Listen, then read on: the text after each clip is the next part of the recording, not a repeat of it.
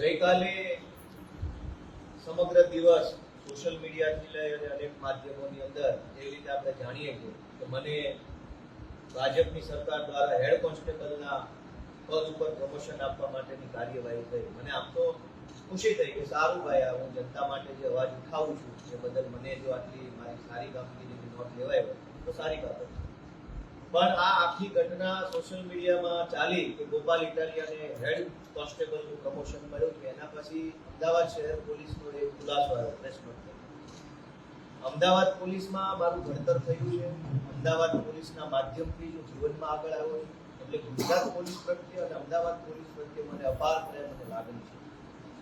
Gujarat police મારો પરિવાર છે, અમદાવાદ પોલીસ મારું ઘર છે, ત્યાંથી હું ભણાયો છું, ત્યાંથી હું આગળ વધ્યો છું. મારા અનેક મિત્રો આજના તારીખમાં પણ કોન્સ્ટેબલ છે, પીએસઆઈ છે, પીઆઈ છે, એએસઆઈ છે, એમની સાથે પારિવારિક સંબંધ છે. આખા ગુજરાતમાં અનેક હજાર પોલીસવાળા મિત્રો લાગણીથી મારી હારે ડાયરેક્ટલી જોડાયેલા છે.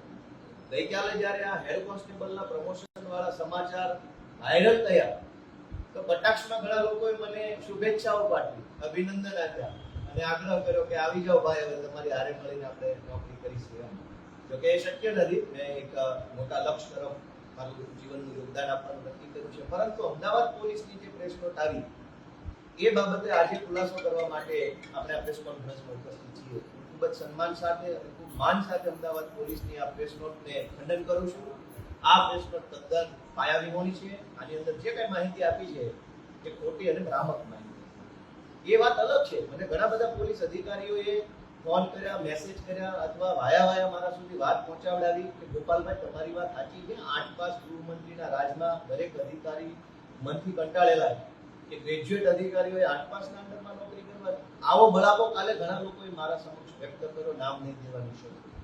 અમદાવાદ પોલીસે જે પ્રેસ નોટ આપી છે એમાં એવું લખ્યું છે કે પોલીસ કોન્સ્ટેબલમાંથી હેડ કોન્સ્ટેબલની ભરતી આપી અને જગ્યાઓ ભરવા માટે પ્રવર્તતા યાદીના આધારે વિગત મંગાવેલી છે. એટલે પોલીસનું એવું કહેવું છે કે ભાઈ આ હેડ કોન્સ્ટેબલના પ્રમોશનનું લિસ્ટ નથી, પરંતુ પ્રવર્તતા યાદી એટલે કે સિનિયોરિટી લિસ્ટ છે. મારું એમ કહેવાનું છે કે હું પોલીસ ખાતામાં છેલ્લા 10 વર્ષથી છું જ નહીં, તો મારી વિગત શું કામ મંગાવો છો? જે છે એની મંગાવો ને. પ્રવર્તતા યાદી હોય તો પણ મારું નામ એમાં ન હોવું જોઈએ, પ્રમોશનનું લિસ્ટ હોય તો પણ મારું નામ એમાં, ટૂંકમાં મારું નામ હોવું જ ન જોઈએ પહેલા પ્રથમ. પરંતુ આગળ વાંચીએ પોલીસની પ્રેસ નોટ કે આ 887 કર્મચારી વિરુદ્ધમાં કોઈ ખાતાની તપાસ, ફોજદારી કે એસીબી ચાલુ છે કે કેમ એની માહિતી મંગાવે છે. હવે હું જ્યારે નોકરીમાં જ નથી તો મારા વિરુદ્ધ શું ખાતાની તપાસ હોય અને શું ફોજદારી, શું એસીબી? મારા વિરુદ્ધ 25 એફઆઈઆર છે, ન મંગાવો માહિતી, એસીબી તો છે નહીં. તો આ એક ખોટી વાત છે. હું હમણાં તમને એક બહુ અત્યંત ગંભીર કૌભાંડ તરફ ધ્યાન દઉં છું. હવે એમાં એવું કહે છે કે શ્રી ગોપાલ ઇટાલિયા સને 2012માં પોલીસ ખાતામાં હાજર થયેલ હોય તેથી તેમનું નામ યાદીમાં છે, પરંતુ તેમના નામની સામે કોઈ પોલીસ સ્ટેશન દર્શાવવામાં આવેલ નથી. એટલે મારું નામ લખ્યું છે ત્યાં સામે ખાનું ખાલી છે એવો ખુલાસો કરે છે અમદાવાદ શહેર પોલીસ. મને જાણવા મળ્યું અમદાવાદ પોલીસ તરફ કે એ આખા લિસ્ટમાં ખાલી ગોપાલ ઇટાલિયાના નામની સામે ખાનું ખાલી છે એવું નથી, અનેક નામની સામે ખાનું ખાલી છે. તો જેના નામની સામે ખાનું ખાલી છે એ ખાલી ખાનાનો અર્થ એવો થાય છે કે જે કોન્સ્ટેબલોએ સીસીસી નું સર્ટિફિકેટ જમા નથી કરાવ્યું એમના નામનું ખાનું ખાલી છે. કેમ કે કેટલા એવા કોન્સ્ટેબલને હું ઓળખું છું જે ચાલુ નોકરીમાં છે છતાંય ખાનું ખાલી છે. તો એ ખાના ખાલીનો અર્થ એ નથી કે હું 12માં હાજર થયો છું પરંતુ મને પ્રમોશન નથી આપવાનું એટલે મારું નામની સામે ખાના ખાલીનો અર્થ એ છે કે જે કોન્સ્ટેબલોએ સીસીસી નું સર્ટિફિકેટ જમા નથી કરાવ્યું એ કોન્સ્ટેબલોનું ખાનું ખાલી રાખે છે, જેથી કરીને એને ભરતી આપતા પહેલા સીસીસી જમા કરાવી દેવાનું. ત્યાર પછી બહુ મહત્વની વાત છે, છેલ્લા ફકરામાં માનનીય પોલીસ અધિકારીશ્રીએ લખ્યું છે કે સ્પષ્ટ રીતે જણાવવાનું કે ગોપાલ ઇટાલિયાને હેડ કોન્સ્ટેબલ તરીકે ભરતી આપવામાં આવેલ નથી. સોશિયલ મીડિયામાં ચાલતા આ મેસેજ ખોટા અને તથ્યવિહીન છે. આ ગોપાલ ઇટાલિયાએ પોસ્ટમાં જે પત્ર મૂકેલ છે તે વ્યવસ્થિત વાંચેલ નથી.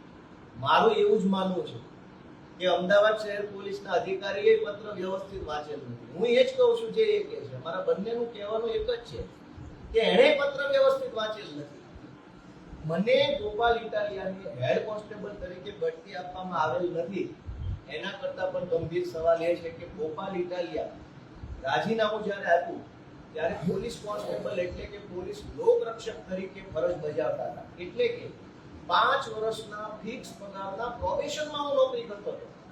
જો હું 5 વર્ષની નોકરી પૂરી કરું તો 5 વર્ષના અંતે મને રેગ્યુલર પે સ્કેલ એટલે કે કાયમી નોકરી એટલે કે કોન્સ્ટેબલ તરીકેની મને ડ્યુટી સોંપવામાં આવે. હું જ્યારે રિટાયર્ડ થયો મેં રાજીનામું આપ્યું ત્યારે હું કાયમી નોકરીના કોન્સ્ટેબલ તરીકે ફરજ નહોતો બજાવતો, પરંતુ 5 વર્ષના ફિક્સ પગારના કર્મચારી તરીકે નોકરી કરતો હતો. મેં 5 વર્ષ પૂરા કર્યા જ નથી પોલીસ ખાતામાં, એટલે મને કાયમી કર્મચારી તરીકે કોન્સ્ટેબલનો ક્યારેય પણ ડ્યુટી મળી જ નથી. જો હું કોન્સ્ટેબલ જ જીવનમાં કાયમી નથી બન્યો તો પછી કોન્સ્ટેબલમાંથી હેડ કોન્સ્ટેબલ શું કામ બનાવે છે? તો સૌથી ગંભીર ભૂલ એ છે કે હું ક્યારેય 5 વર્ષના ફિક્સ પગાર પૂરો કરીને કાયમી પગારના કોન્સ્ટેબલ તરીકે નિમણૂક પામ્યો નથી. તો આ કાયમી પગારના કોન્સ્ટેબલની લિસ્ટમાં મારું નામ શું કામ આવ્યું? હું હેડ કોન્સ્ટેબલ બન્યો ના બન્યો છોડી દો, પણ મને કાયમી પગારનો કોન્સ્ટેબલે બનાવી દીધો. મેં 2015માં રાજીનામું આપ્યું છે. મારી સાથેના તમામ લોકરક્ષકો 5 વર્ષના ફિક્સ પગારવાળા લોકરક્ષકો છે, એને 2017માં કાયમી પગારના કોન્સ્ટેબલ બનાવવામાં આવ્યા. તો 2017માં હું નોકરીમાં જ નહોતો, છતાંય મારું નામ કાયમી પગારના કોન્સ્ટેબલોના લિસ્ટમાં કેવી રીતે આવ્યું? હવે સૌથી મહત્વની અને ગંભીર બાબત પ્રત્યે ધ્યાન દો કે ગોપાલ ઇટાલિયાનું નામ આવી ગયું, રાજકારણ થઈ ગયું, 8 પાસ ગૃહમંત્રી, એ બધા સવાલો છોડી દઈએ, કઈ વાંધો નહીં. આ આખા લિસ્ટને મેં ગઈકાલે ધ્યાનથી વાંચ્યું અને મારા કેટલાક પોલીસવાળા મિત્રો અધિકારીઓના સામેથી ફોન આવ્યા, મેં ફોન કર્યા તો મને એવું જાણવા મળ્યું કે આની અંદર ખાલી મારું એટલું નહીં, અનેક એવા નામ છે કે જે લોકો હાલમાં પોલીસ ખાતામાં નોકરી કરતા જ નથી. 4-5 વ્યક્તિ એવા નામ છે કે જે હાલમાં પોલીસ ખાતામાં તો છે પણ કોન્સ્ટેબલ નથી, પીએસઆઈ છે, પીઆઈ છે અથવા એએસઆઈ છે. જે માણસે કોન્સ્ટેબલમાંથી રાજીનામું મૂકી એએસઆઈ ની કે પીએસઆઈ ની ભરતીમાં પાસ થઈ અને અમદાવાદ સિવાયના જિલ્લામાં પીએસઆઈ બની ગયા છે, એનું નામ અમદાવાદના કોન્સ્ટેબલના લિસ્ટમાં કેવી રીતે આવ્યું? જે માણસે પોલીસમાંથી રાજીનામું મૂકીને બીજા ખાતાની નોકરીમાં ચડી ગયો છે, એનું નામ અહીંયા ક્યાંથી આવ્યું? તો આ આખી યાદીમાં ગોપાલ ઇટાલિયાનું એકલું નહીં, અનેક એવા વ્યક્તિઓના નામો છે કે જે નામ અહીંયા હોવા ન જોઈએ.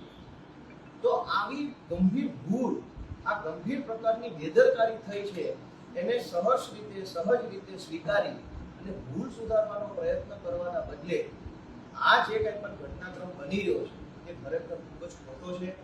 જે કંઈ પણ યાદી, આ પ્રવર્તતા યાદી કયો કે પ્રમોશન લિસ્ટ કયો, એની અંદર અનેક એવા નામ છે જે નામ ત્યાં હોવા ન જોઈએ. હવે હજુ એક મહત્વનો પ્રશ્ન કે જો પોલીસે આપેલી પ્રેસ નોટ સાચી માની લઈએ કે 2012માં ગોપાલ ઇટાલિયા પોલીસ ખાતામાં જોડાયા માટે એમનું નામ આ લિસ્ટમાં છે, તો 2016માં હું મહેસૂલી ક્લાર્ક તરીકે જોડાયો, તો શું હવે ક્લાર્કના પ્રમોશનની યાદીમાં મારું નામ રહેશે? શું હું નોકરી છોડી દીધા પછી દર 10 વર્ષે પ્રમોશનના લિસ્ટ બહાર પડશે, દર 10 વર્ષે મારું નામ લિસ્ટમાં રહેશે? તો આ એક ગંભીર પ્રકારની બેદરકારી છે કે હું નોકરી છોડી દીધાના 10મા વર્ષે પ્રમોશનની યાદીમાં મારું નામ છે, હું ફૂલ પગારનો કાયમી નોકરીનો કોન્સ્ટેબલ નહોતો બન્યો, ફિક્સ પગારનો કોન્સ્ટેબલ હતો, છતાંય મારું નામ ફૂલ પગારના કોન્સ્ટેબલમાં છે. જે લોકો હાલમાં પીએસઆઈ બની ગયા છે એના નામે કોન્સ્ટેબલ તરીકે ચાલુ છે, જે લોકો એએસઆઈ બની ગયા છે એના નામે કોન્સ્ટેબલ તરીકે ચાલુ છે. તો આ એટલી ગંભીર બેદરકારી હોવા છતાંય માનનીય નાયબ પોલીસ કમિશનર કંટ્રોલ રૂમ અમદાવાદે જે ખુલાસો આપ્યો છે, સ્વાભાવિક છે કે રાજકીય દબાણ કર્યો છે, કોઈ એને 8 પાસની ઓફિસમાંથી ફોન કર્યા છે કે ખુલાસો કરી દો એટલે કર્યો હશે. પણ હું અમદાવાદ પોલીસનો આદર કરું છું, હું આભાર પણ માનું છું કે અમદાવાદ પોલીસે મારું ઘડતર કર્યું છે, પરંતુ આ જે બેદરકારી છે એ ખૂબ જ અયોગ્ય છે. આવી રીતે જો ખોટા નામો પોલીસના લિસ્ટમાં હશે તો ગોપાલ ઇટાલિયા તો જાણીતો ચહેરો છે એટલે ઠીક છે, કશો વાંધો નહીં આવે, પણ કોઈ રમેશ કે છગનનું મગનનું નામ આમાં આવી જાય પ્રમોશનમાં અને મળતા ભળતા નામ મારો છગન પોલીસ સ્ટેશને જઈને હાજર થઈ જાય કે લો સાહેબ હું આવી ગયો, મારું નામ લિસ્ટમાં, તો કેટલી મોટી બેદરકારી અને કાયદો વ્યવસ્થાની કેવી મોટી સમસ્યા ઊભી થાય છે. તો આ બાબત પ્રત્યે ગુજરાતની જનતાનું, ગુજરાતની સરકારનું, મારા સન્માનની પોલીસ વિભાગનું ધ્યાન દોરવા માંગુ છું કે આની અંદર કંઈક સુધારો થાય, ડિજિટાઇઝેશન થાય અને રેકર્ડને ટાઈમ ટુ ટાઈમ અપગ્રેડ કરવામાં આવે, ટાઈમ ટુ ટાઈમ એને આધુનિક રીતે સાચવવામાં આવે.